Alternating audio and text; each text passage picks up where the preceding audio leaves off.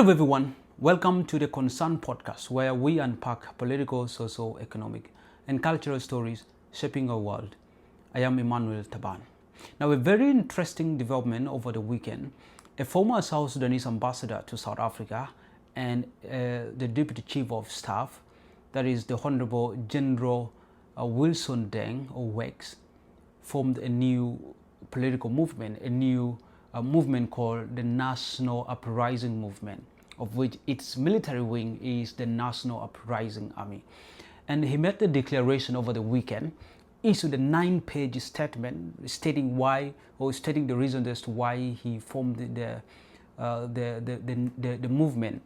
And it's very interesting. I went through the whole statement. I went through the 9 pages, read the statement issued by the Honorable General, and he had very quite interesting points there.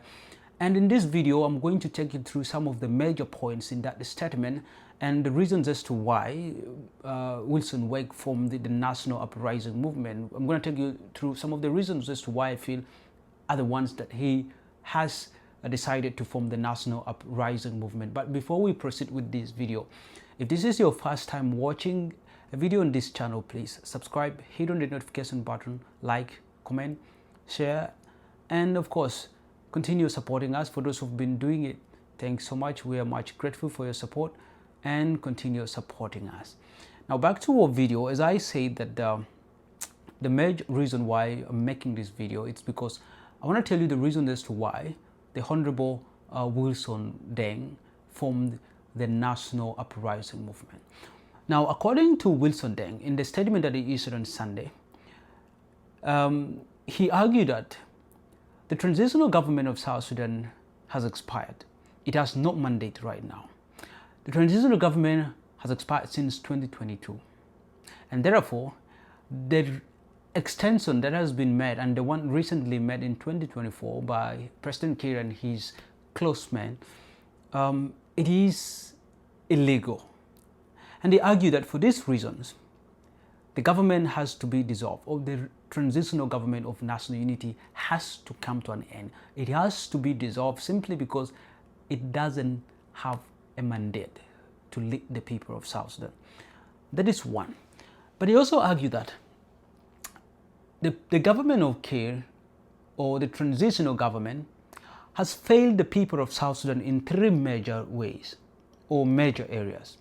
The first one being on economics, the second one being on security, the third one being on governance. And he argued that on the economics and on the economic parts, Kiir's regime has deliberately failed to establish the economic reforms as envisaged in the revitalized peace agreement. The country has for many times gone economically down. That the regime in Juba only pays the crude oil cargoes based on their political patronage. People who are close to President Kiir are the ones that benefits from the oil. That is a statement of the general. He argued that, and for these reasons, the economy of South Sudan is tattered. Prices are skyrocketing. The civil service system has collapsed. Civil servants go months without getting paid. I mean, everything is in a collapse, according to the general. On the security, he argued that the Kiir's regime is the one that has actually spearheaded arming of civilians. They armed the civilians, encouraged them to abduct kids, encouraged them to do cattle raids, encouraged them to attack each other, while the South Sudan People's Defense Forces, which is supposed to protect the people, is watching. That is the statement of the general. And the third one on governance, he argued that the mandate of the transitional government, of the current regime, was drawn from the revitalized peace agreement, but this mandate ended in 2022. And therefore, the government of Kiir has not once, not twice, but many times failed to actually adhere to every article of the revitalized agreement. And on governance wise, the president or the regime has failed the people of South Sudan. And for these reasons, he argued that the transitional government has to be declared dead, and there has to be formed a transitional government that will lead the country for 24 years. And in this transitional government has to be led by what he described as a chief executive officer, a CEO, who will then lead a very lean government, a government of technocrats, civil servants who are technocrats, people who are experts. And that in this transitional period of 2 years of a government led by a CEO and some technocrats, one, civilians have to be disarmed. Political parties has to give up of all militia groups that they are leading. No political party has to be given a mandate to hold people who are armed. That is according to the general. All civilians have to be disarmed before an election is held. That is according to the general. And all the signatories to the peace agreement, to the revitalized peace agreement, in that period of the transitional government, the signatories to the peace agreement will be given the chance to traverse across the country, go to their constituencies and convince the people that they can still offer them solutions, and that their solutions can only be listened to where they will be given a chance to vie in an election organized, and they can go back to their people and seek for them to be elected back. During that transitional period, these signatories will be given a chance to go to their constituencies. And he also argued that in the transitional period, President Kiir and Machar have to step down, and they will be granted what he called that,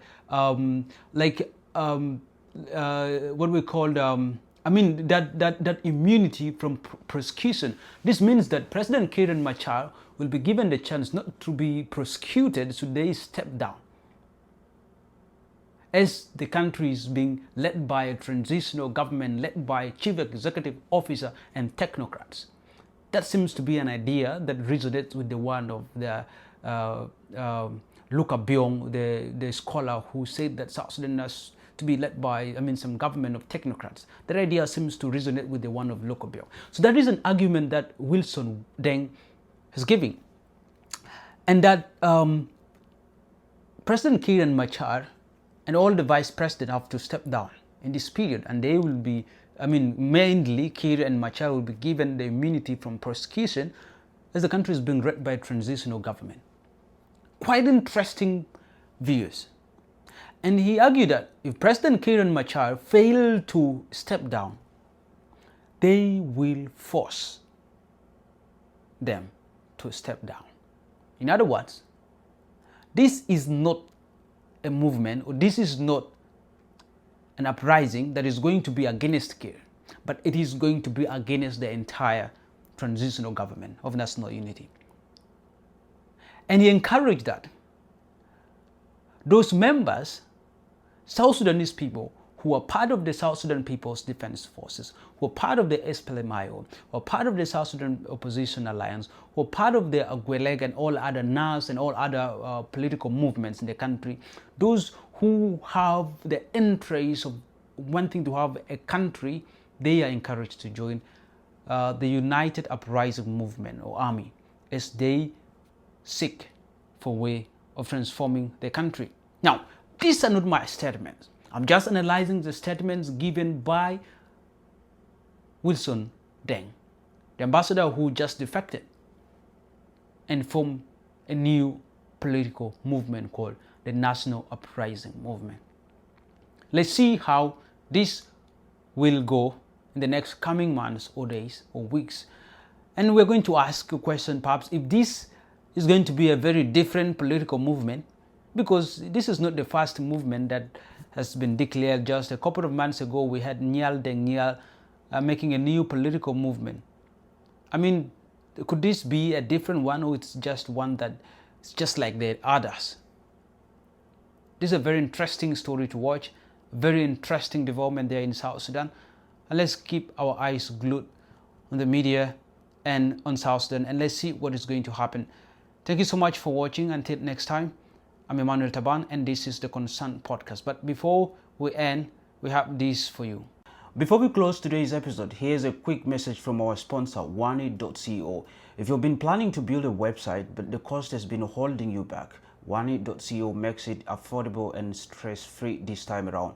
Whether you are an individual, a non-profit organization, or a business, OneIt.co designs professional websites starting from as cheap as $250. Individuals can actually launch with a starter website of up to 7 pages and a free email, or choose an advanced option with unlimited pages, a professional portfolio, and branding support.